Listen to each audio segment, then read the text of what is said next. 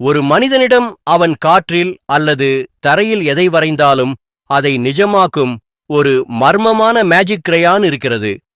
அதை வைத்து அவன் தன் மகனுக்காக வண்ணத்துப் பூச்சி, விளையாட ஒரு பெரிய சிலந்தி மற்றும் அவர்களுக்கு பசிக்கும்போது பீட்சா, ஐஸ்கிரீம் என பலவற்றை வரைந்து நிஜமாக்குகிறான்.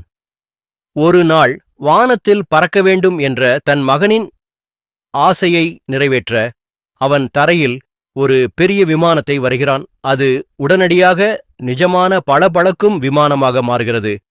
தந்தை, மகன் மற்றும் அவர்களது நண்பர் என மூவரும் அந்த விமானத்தில் ஏறி மேகங்களுக்கு மேலே மகிழ்ச்சியாக பறக்கிறார்கள். ஆனால் திடீரென என்ஜின் பழுதடைந்து விமானம் நடுவானில் நின்றுவிடுகிறது. அவர்கள் காற்றில் தலைகீழாக கீழே விழும் ஆபத்தான சூழ்நிலை ஏற்படுகிறது.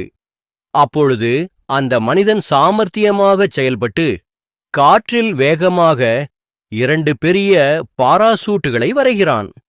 அவை உடனடியாக நிஜமாக மாற மூவரும் பத்திரமாக உயிர் தப்புகிறார்கள்.